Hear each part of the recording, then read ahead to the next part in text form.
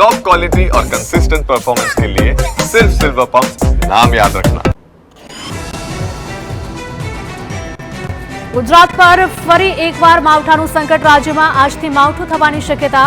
8 મે સુધી ગાજવીજ સાથે વરસાદની આગાહી। રાજ્યના વિવિધ જિલ્લામાં પડી શકે છે કમોસમી વરસાદ। પવનની ગતિ 30 થી 35 કિલોમીટર રહેવાનું અનુમાન।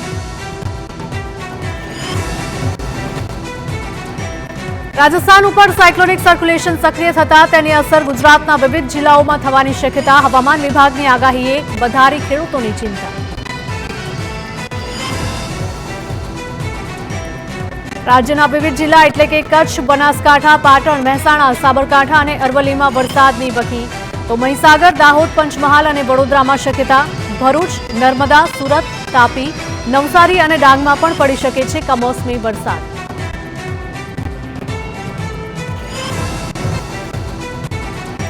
અમદાવાદના ચંડોળા તળાવમાં ગેરકાયદે બાંધકામમાં 3 નામ સામે આવ્યા।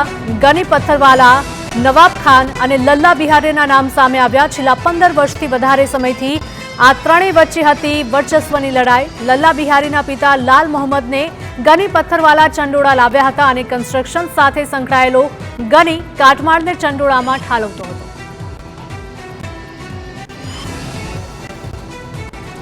તો તળાવમાં કાટમાળ ઠાલવીને જગ્યા સલામત કરી સિયાસતનગર વિસ્તાર ઉભો કર્યો। ગનીના હાથ નીચે લાલ મોહમ્મદનો પુત્ર લલ્લા બિહારી કડિયાકામ, મજૂરી કામ શીખ્યો હતો। ગનીનો હાથ છોડીને લલ્લા બિહારીએ ધીમે ધીમે પોતાનું નેટવર્ક ઊભું કર્યું હોવાનો ખુલાસો।